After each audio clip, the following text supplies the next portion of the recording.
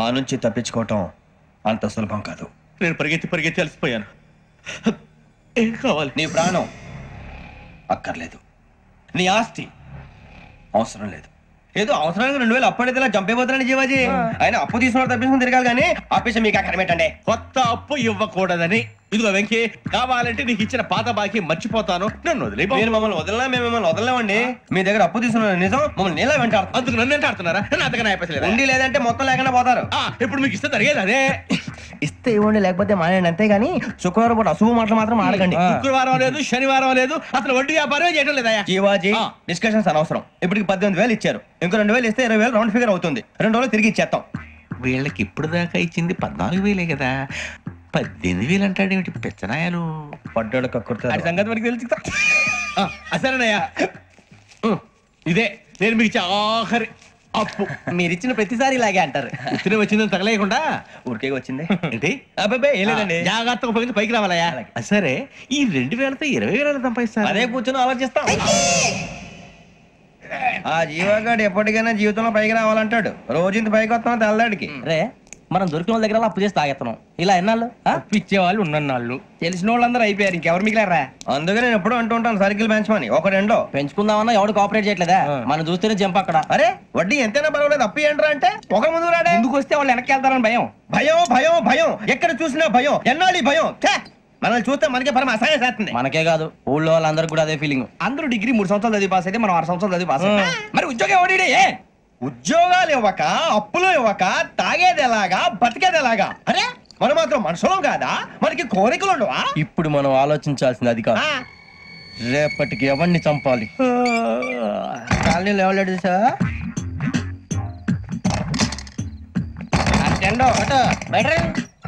నువ్వా వెంకీ? ఏంటి వెంకీ ఈ టైంలో వచ్చా? నీతో మాడే పని ఉంది, దా చెప్తా. ఏ బాగా నిద్రొస్తుందా? సరిగానే రే, నువ్వు మమ్మల్ని చూసే తలిపేసావా? మామూలుగానే వేసాను. మామూలుగా వేసేవాడివి. మేము రావడానికి 1 నిమిషం ముందో, మేము వెళ్ళాక 1 నిమిషం తర్వాత వేయాలి కానీ బిలాల్ రాజా, నాకు నిద్ర వచ్చి పడుకుందామని తలుపేసుకున్నాను. అయినా నా ఇంటి తలుపులు నేను అడిగేసుకోవాలంటే తప్పు చేసిన కాక ఇంకా గేర్ సమాధానం చెప్తావా? మీ ఇంట్లో పెళ్లిడికి వచ్చిన ఆడపిల్లలు ఎదురున్నారు. ఇదిగో అమ్మాయిలు, మీతో ఎప్పుడైనా యథాశాలు వేసానా? విన్నారా? అడుగు తలుపులు వేసావు. అనవసరంగా గొడవ ఎందుకు? ఇక్కడి నుంచి వెళ్ళండి. గొడవ? మీ ఇంటి మీద పడి ఎప్పుడైనా గొడవ చేశానా బిని గారు? లేదు బాబు. విన్నారా? చెప్పు, మమ్మల్ని చూసి తలుపులు ఎందుకు వేసుకున్నావు? అరే మాకు అప్పించిన వాళ్ళు కూడా మమ్మల్ని చూసి ఎప్పుడు తలుపులు వేసుకోలేదు. ఏం చేయాలి? మరి నువ్వు ఎందుకు వేసుకున్నావు? బాబు తప్పు అయిపోయింది, బుద్ధి తక్కువ వేసాను చాలా. అంటే మా మోకాల మీద తలుపులు వేసామని ఒప్పేసుకుంటున్నావు? ఒప్పుకుంటున్నాను. సరే ఇప్పుడు చెప్పు, మా మొఖాల మీద తలుపులు వేసేంత తప్పు మేము ఏం చేసామరా? తప్పైపోయిందని అంటున్నారు కదా, వదిలేయండి బాబు. అదే తప్పు మేము చేసి మమ్మల్ని వదిలేయమంటే మీరు వదిలేస్తారా బిని గారు? తప్పని ఒప్పుకుంటున్నాడు కదా అయ్యా. ఇప్పుడు టైం 11 అయింది, వెళ్ళి పడుకోండి. 11 అయిందా? కొమ్ము ఉంచాడు కదా. నాకు సంబంధం ఏంటి? ఉంది, సంబంధం ఉంది. 11 గంటలకి నా క్లోజ్ ఫ్రెండ్ ఢిల్లీ వెళ్తున్నాడు. 5,000 అప్పిస్తానని ఎయిర్పోర్ట్ రమ్మని చెప్పాడు. నీ గొడవలో పడి ఆ సంగతి మర్చిపోయాను. ఇప్పుడు నాకు జరిగిన నష్టానికి భర్తీ ఎవరు చేస్తారు? మీరా మీరా మీరా? ఎవడు పడితే ఎందుకు చేస్తాడా భర్తీ? భలే వాడి నువ్వు. తప్పు ఎవడు చేసా వాడే చేస్తా. దానికి కారణం ఈ 10 మనిషే కదా. వాడే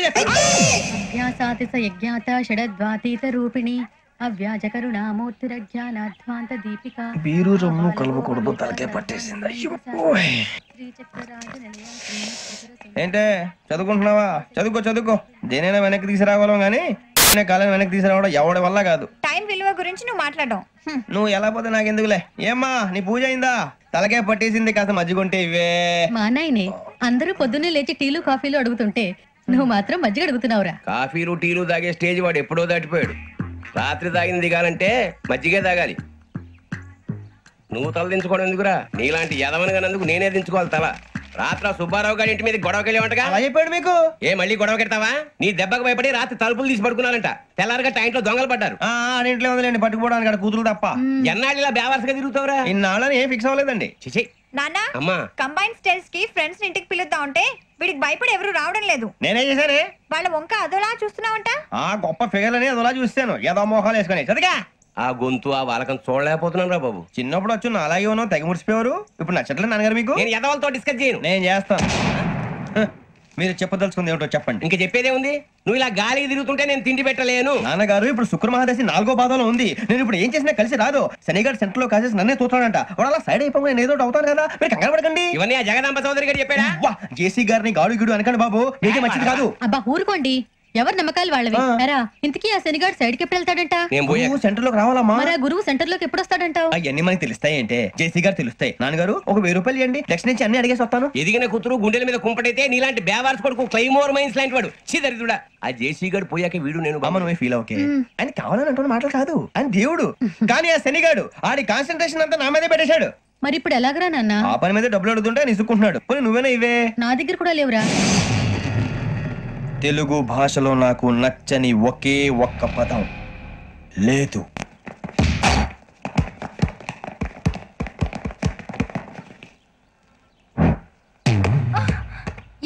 అరే సూరే, బాల్ తీసుకురారా. సారీ ఏదో బాలి. బాస్కెట్ బాల్ మాలాంటి ఆడాలి, మీలాంటి మాసన కొడుకులు ఆడితే ఇలాగే ఉంటది. ఇలాగే ఇలాగే ఇలాగే ఉంటది. అమ్మాయిల ముందు ఫోర్స్ కొడతావా? ఆహా, అయితే నిన్ను కొడతా.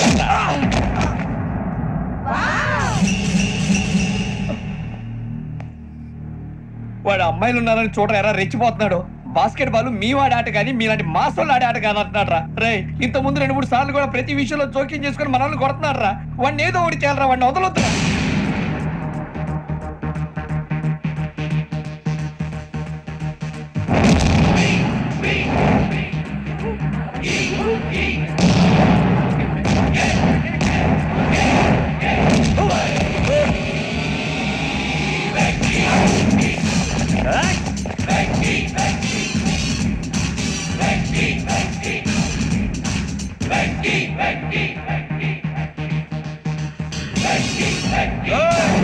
ఆడపిల్లలంటే ఎవరికైనా దెబ్బ తగిలితే అయ్యో అంటారు, మీకేమో ఎవరైనా కొడితే కామెడీ. కొట్టినోళ్ళు మీ దృష్టిలో హీరోలు. ఇప్పుడు నేను పచ్చడి కొడేస్తాను, నేను హీరోని అయిపోతానా? అయిపోతానా? ఏంట్రా రెచ్చిపోతున్నావు? మాకు ఛాన్స్ ఇవ్వా? అసలు వచ్చింది నీకోసం. మా వాడి బ్యాక్గ్రౌండ్ తెలియక అడిమే చేయిస్తావు. ఇప్పుడు నీకు అప్పుడు అయిపోతున్నా రే. వాడి బ్యాక్గ్రౌండ్ సరే, అసలు నీ బ్యాక్గ్రౌండ్ ఏంట్రా? నాకు సెపరేట్ బ్యాక్గ్రౌండ్ అంటూ ఏం లేదురా. నేను ఎక్కడ నిలబెడితే అదే నా గ్రౌండ్. అంత పుడింగువా? తెల్దా?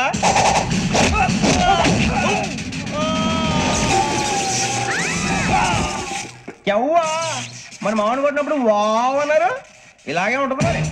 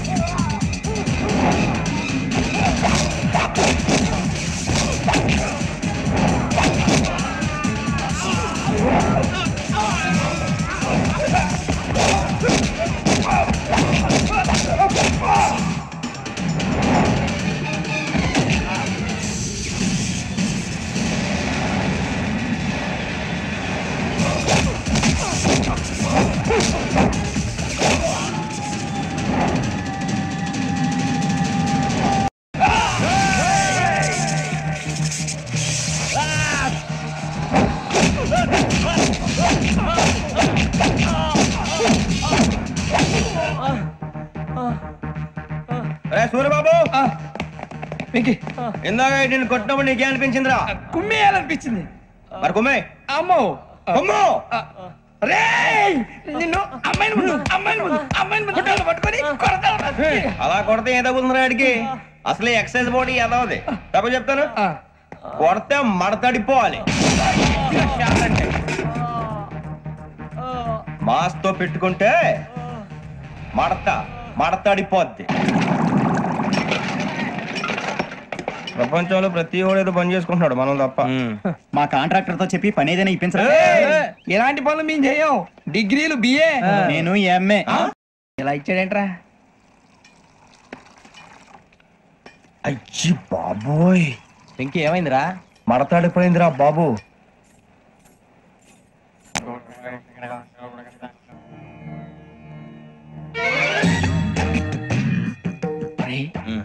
మూసుకునే ఉన్నాడు, కొంపదీసి నిద్రపోతున్నాడు ఏంటి?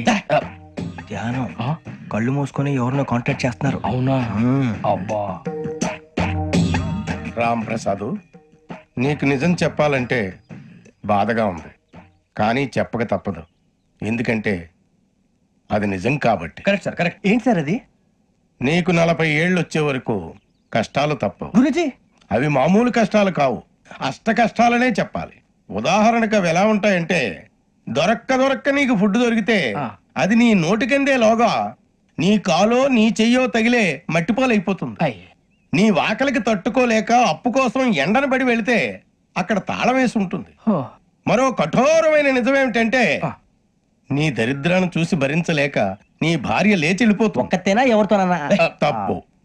అతని దురదృష్టాన్ని చూసి ఎగతాళి చేయకు రమణ. Sorry sir. ఇదయ్యా రాంప్రసాద్, నువ్వు ఈ 40 ఏళ్ళు ఈ నరకాన్ని అనుభవించక తప్పదు. 40 ఏళ్ళ తర్వాత అలవాటైపోతుంది. ఇక నువ్వు వెళ్ళొచ్చు. ఏమో వెంకటేశ్వరరావు, కులాసైనా రమ్మన్నారట. నీకు శుభవార్త చెబుదామని పిలిపించాను. ఏంటి గురుజీ? నీకు శుక్రమహాదశ ప్రారంభం అవబోతుంది. అంటే శనిగా సెట్ అయిపోయినట్టేనా? ఆల్మోస్ట్ అయిపోయినట్టే. మీరంతా టోపీలు పెట్టుకునే ఉద్యోగాలు కూడా చేసుకుంటారు. ఇప్పటిదాకా మేమందరికీ టోపీలు పెట్టాం గానీ మాకు మేమే టోపీలు పెట్టుకుంటాం ఎప్పుడు అనుకోలేదు గురుజీ. అదే విధి. మరి ఇప్పుడు బిల్ల బంటోతు నుంచి బీట్ కానిస్టేబుల్ వరకు అందరికి నెత్తిమి టోపీలు ఉంటాయి. అందులో ఏ ఉద్యోగం? ఎస్ఐ గారు కూడా టోపీ పెట్టుకుంటారు కదా? ఏది మన చదివే చదువులకు ఎస్ఐ ఉద్యోగాలు ఇస్తారేంటి? గ్రహాలు శాసిస్తున్నప్పుడు చదువులతో పని లేదు. ఏబిసిడీలు చదివినా చాలు మీ జీవితాలు విచిత్రమైన మలుపులు తిరుగుతాయి. మీకు విపరీతమైన ఫాలోయింగ్ వచ్చేస్తుంది. మీరు చాలా ఫేమస్ అయిపోతారు. వింటానికి చాలా బాగుంది. ఇప్పుడు మమ్మల్ని ఏం చేయమంటారు గురుజీ? ఏమీ చెయ్యదు, వెయిట్ చేయండి. కాలం కలిసి వస్తే అదృష్టమే మిమ్మల్ని గేలం వేసి పట్టుకుంటుంది. అంతవరకు వెయిట్ చేయండి. వెయిట్ చేసి కొంచెం వెయిట్ కూడా పెరిగింది. అయినా పర్వాలేదు, వెయిట్ చేస్తాం. అందాక ఏ అప్పు సపోర్ట్ చేసుకుని తాగుతాం. బ్రతుకుతాం అన్నట్టు అప్పు అంటే గుర్తొచ్చింది. అప్పు మీద మీ అభిప్రాయం ఏంటి గురుజీ? ఏంటరా కింద నుంచి మీకు ఎదుగుతున్నాను రా. ఇక్కడేం చేస్తున్నారు? మన టైం బాగుందిరా. ఎవడన్నా అప్పిస్తున్నారా ఏంటి? కాదురా, ఉద్యోగాలు ఇస్తారమ్మన్నాడు గురూజీ. చూసారా, చౌదరిగా చెప్పింది నిజమే. మరి శుక్రమాదేశ్ మొదలైంది. ఇంతకీ ఎవరా మహానుభావుడు? నమస్కారం. నమస్తే. అయినరా నేను చెప్పింది? ఆహా, సాక్షాత్ ఎంప్లాయ్మెంట్ ఎక్స్చేంజ్ నడుచుకుంటూ వస్తున్నట్టు ఉంది. పదండి పట్టేద్దాం. నమస్కారం సార్. నమస్తే. వీలే సార్ మా ఫ్రెండ్స్. నమస్కారం. నమస్తే. నేను చెప్పానుగా భగవాన్ గారు. ఆహా, పేర్లోనే దేవుడు ఉన్నాడు. లోపల కూడా పాజిటివ్ థింకింగ్ ఎక్కువ. ఇంతకీ మీరు ఇండియానా చైనీసా? India sir. మా ఫేస్ చూస్తారు అనిపించలేదు మీకు? భలే కామెడీ ఫీల్ అలా ఉన్నాడు. నేను అడిగేది ఇండియన్ రెస్టారెంటా చైనీస్ రెస్టారెంటా అని. నేనేది ఓపెన్ గా డిస్కస్ చేయను కదా. పేరు చూసుకుల్లో డిస్కషన్ పెడతాడు అనుకుంటే వీటేంట్రా హోటల్ అంటున్నాడు. బాబు ఎట్ ఫీల్ అవుతున్నాడు. అంతా మీ ఇష్టం ఉంటున్నాడు సార్. ఫస్ట్ చైనీస్ రెస్టారెంట్ కి వెళ్దాం. నెక్స్ట్ అక్కడ డిసైడ్ చేద్దాం.